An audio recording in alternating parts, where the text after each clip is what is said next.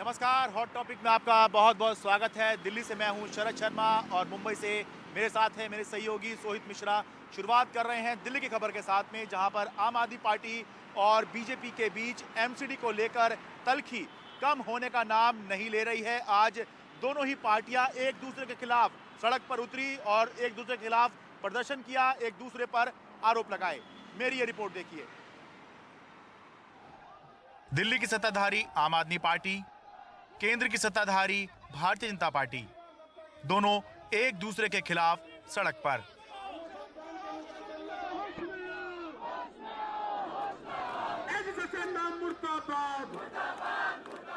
आम आदमी पार्टी ने आरोप लगाया कि नगर निगम में पीठासीन अधिकारी और 10 पार्षदों को मनोनीत करना गैर कानूनी था और मनोनीत पार्षदों को वोटिंग का अधिकार देना तो संविधान की हत्या था।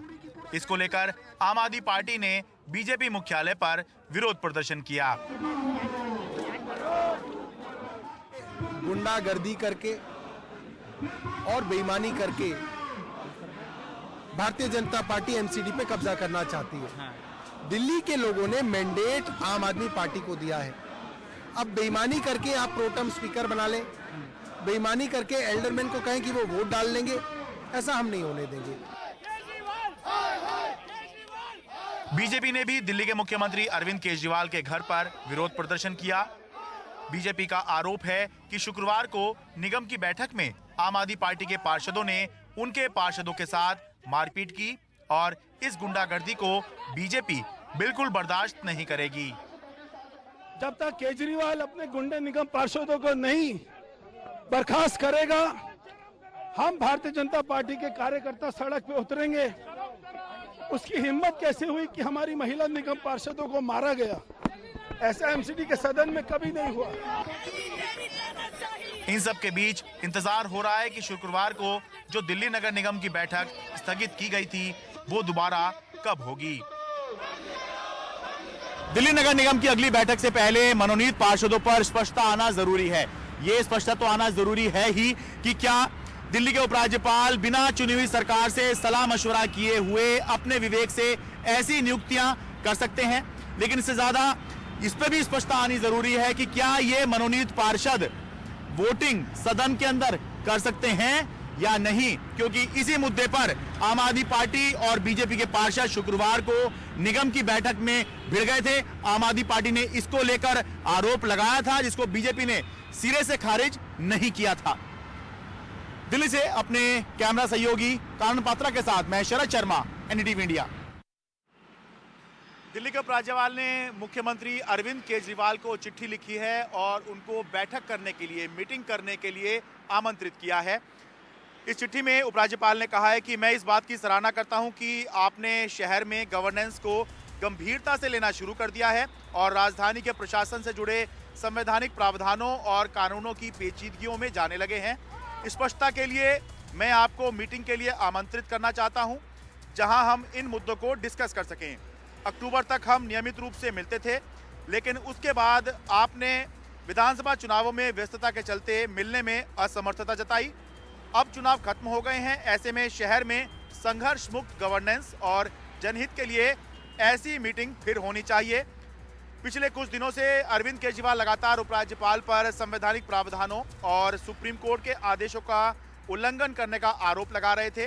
अब उपराज्यपाल की चिट्ठी के जवाब में अरविंद केजरीवाल ने भी वापस उपराज्यपाल को चिट्ठी लिखी है। इसके जवाब में अरविंद केजरीवाल ने कहा है कि एलजी का जो आमंत्रण है उसको वो स्वीकार कर रहे हैं और सभी मुद्दों पर वो व्यक्तिगत तौर पर चर्चा कर सकते हैं, ऐसा उन्होंने कहा है। लेकिन साथ में उन्होंने ये भी कहा है कि लेकिन ये जो मुद्दे हैं ये दिल्ली और देश के भविष्य के लिए ज़रूरी हैं, जो मुद्दे उन्होंने उठाए हैं, इसलिए इन पर सार्वजनिक चर्चा होनी चाहिए।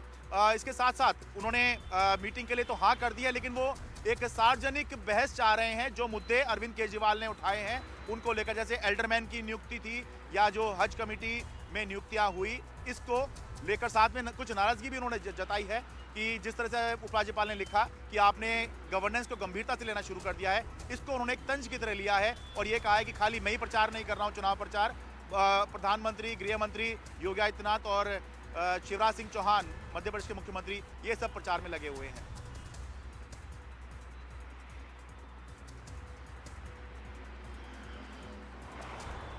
अगली खबर की बात करते हैं समान नागरिक संहिता की। समान नागरिक संहिता को लेकर सुप्रीम कोर्ट ने आज एक अहम फैसला दिया है। दरअसल समान नागरिक संहिता को लेकर जिस तरह से गुजरात और उत्तराखंड की जो कवायद थी उसे सुप्रीम कोर्ट ने हरी झंडी दे दी है। ये रिपोर्ट देखिए। देश भर में यूनिफॉर्म सिविल कोड को लेकर लंबे समय से बहस चलती आ रही है, लेकिन अब सुप्रीम कोर्ट ने गुजरात और उत्तराखंड सरकार के कमेटी बनाने को मंजूरी दे दी है। सुप्रीम कोर्ट ने कहा कि समान नागरिक संहिता के परीक्षण का अधिकार राज्य सरकार के दायरे के भीतर है। संविधान के अनुच्छेद 162 में ये अधिकार है। यूसीसी के लिए कमेटी के गठन में कुछ भी गलत नहीं है। कमेटी को बस गठन के आधार पर चुनौती नहीं दी जा सकती। दरअसल सुप्रीम कोर्ट में एक याचिका दाखिल कर गुजरात और उत्तराखंड सरकारों के उस फैसले को चुनौती दी गई थी जिसमें समान नागरिक संहिता के परीक्षण के लिए एक कमेटी का गठन किया गया था। सुप्रीम कोर्ट से सरकारों के इस फैसले को रद्द करने की मांग की गई थी। वो ये कहता है कि स्टेट को पावर है कानून लेजिस्लेट करने का, जिसमें स्टेट की अथॉरिटी है कि इनमें कानून बनाया जा सकता है। अगर कानून बनाना है किसी ऐसी चीज़ पे जिस पे पहले कोई कानून नहीं बना, तो उसमें वो कमेटी गठित करेंगे और कमेटी गठित करने के बाद उस पर कानून बनेगा। हालांकि सुप्रीम कोर्ट पहले ही ऐसे मामलों की सुनवाई कर रहा है। इसमें सभी धर्मों के लोगों के लिए विवाह, तलाक, गोद लेने, भरण पोषण आदि के लिए एक कानून बनाने की मांग है।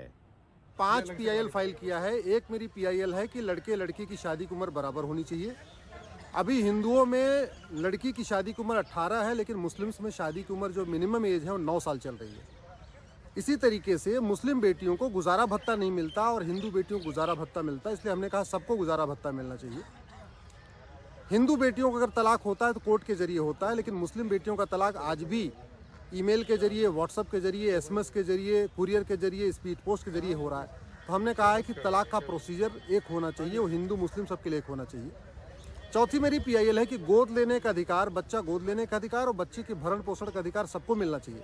मुस्लिम बेटियों को अभी बच्चा गोद लेने का अधिकार नहीं है, उनके भरण पोषण का भी अधिकार नहीं है। और पांचवी मेरी PIL है कि विरासत का अधिकार, वसीयत का अधिकार और प्रॉपर्टी का अधिकार ये देश की सभी बेटियों को इक्वल होना चाहिए।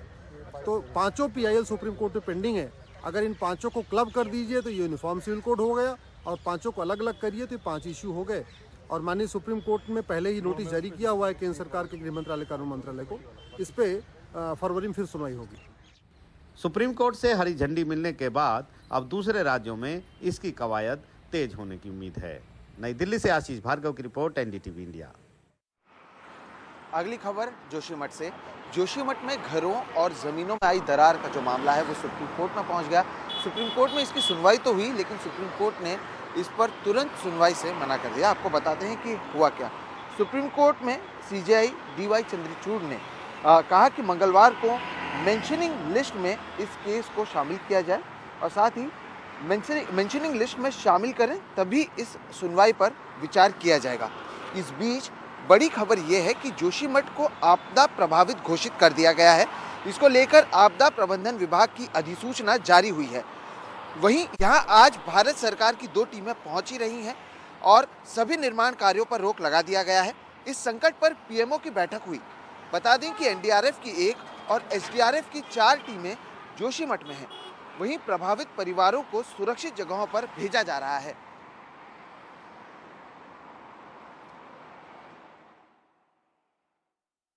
हमारी सबकी पहली प्राथमिकता है कि जोशीमठ शहर बचना चाहिए और लोगों की जान माल की सुरक्षा होनी चाहिए। और जो खतरे की जद में आने वाले 68 मकान थे उन सभी को शिफ्ट किया गया है। और जो एक जोन बना है 600 मकानों से अधिक का, उनको भी वहां से सुरक्षित स्थानों पर ले जाने की कार्रवाई गतिमान है। और माननीय प्रधानमंत्री जी भी लगातार इसकी समीक्षा कर रहे हैं, लगातार व्यक्तिगत रूप से वो जानकारी ले रहे हैं और उन्होंने हर संभव यहाँ पर मदद का, हमको सहायता का आश्वासन दिया कि हर प्रकार से सहायता होगी। तो वहीं इस पूरे मामले में सरकार की ओर से क्या क्या कदम उठाया जा रहा है, बता रही हैं हमारी सहयोगी नीता शर्मा। जोशीमठ से जो खबरें केंद्रीय गृह मंत्रालय तक पहुंच रही हैं, उनके मुताबिक अभी तक 600 घर ऐसे हैं जिन्हें उत्तराखंड प्रशासन ने इवैक्यूएट कर दिया है। लगभग 4000 लोग जो हैं वो रहते हैं जिन्हें सेफ लोकेशंस पर पहुंचा दिया गया है। लगातार असेसमेंट्स जो हैं वो की जा रही हैं आईटीबीपी द्वारा, साथ में एनडीआरएफ की टीम्स द्वारा और साथ में लोकल एडमिनिस्ट्रेशन द्वारा। ये जो टीम्स हैं डीप इनसाइड गांव के अंदर जा रही हैं ताकि ये पता लगा सके जो क्रैक है, जो हर समय हर पल जो है वो बढ़ते जा रहे हैं, वो किस हद तक जो है वो फैले हैं, किस हद तक पहुंचे हैं। ये हमें बताया जा रहा है कि फिलहाल जोशीमठ का 20 से 30% इलाका जो है वो इफेक्टेड है, लेकिन जो ये सर्वे है वो गूगल इमेजरी द्वारा पहला इनिशियल सर्वे जो है वो किया गया था, जिसमें साफ तौर से ये पता चला था कि 600 घर जो है वहां पर क्रैक्स जो है वो दिखाई पड़ रहे हैं। ये भी बात सामने आ रही है जो लोअर एरियाज हैं जहां पर इंडियन आर्मी की एस्टैब्लिशमेंट है और आईटीबीपी की एस्टैब्लिशमेंट है, वहां पर भी ये कुछ क्रैक्स देखने को मिल रहे हैं। जबकि हमने केंद्रीय गृह मंत्रालय के सूत्रों से बात की तो उनका ये कहना था कि जो रिज लाइन है उसके आसपास भी ये क्रैक्स देखे गए हैं,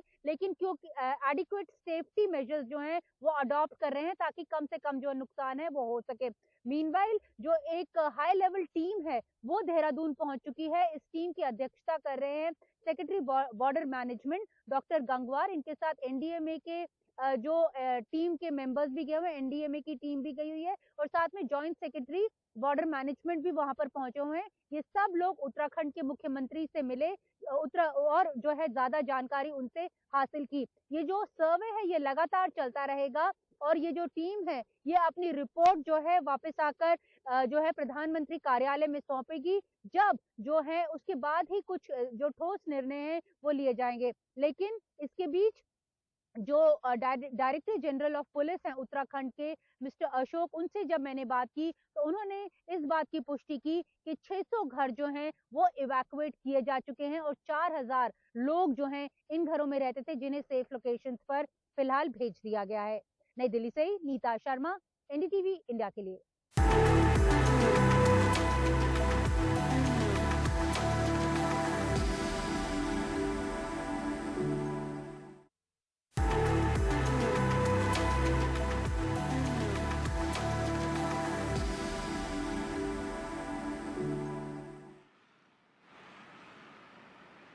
कंझावला कांड के बाद उत्तर पश्चिम दिल्ली के बवाना में एक और चौंकाने वाली घटना सामने आई है, जिसमें एक व्यक्ति ने अपनी 7 महीने की गर्भवती पत्नी पर पेट्रोल डालकर उसमें आग लगा दी।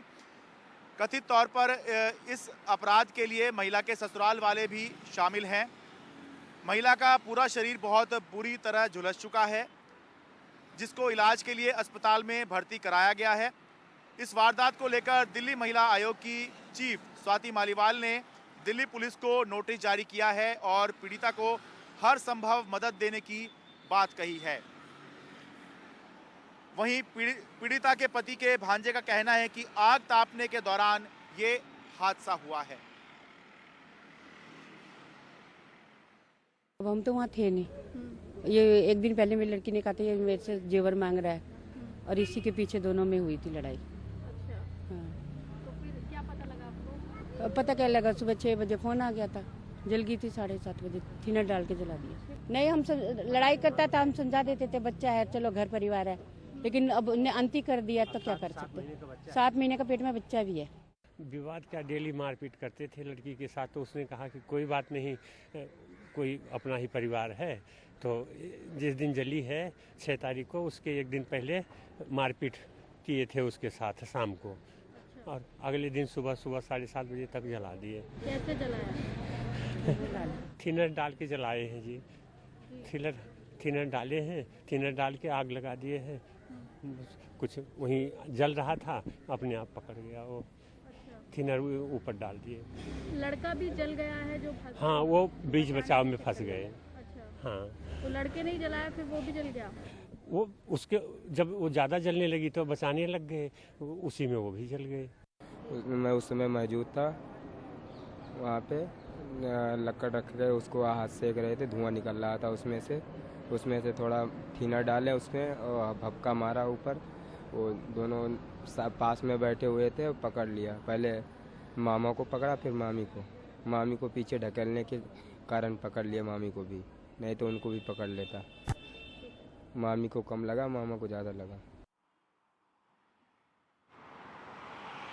तो वहीं इस बुलेटिन में फिलहाल इतना ही। आप दिल्ली से मेरे सहयोगी शरद और मुझे दीजिए इजाजत, लेकिन देश और दुनिया की बाकी खबरों के लिए आप देखते रहिए सिर्फ एनडीटीवी इंडिया।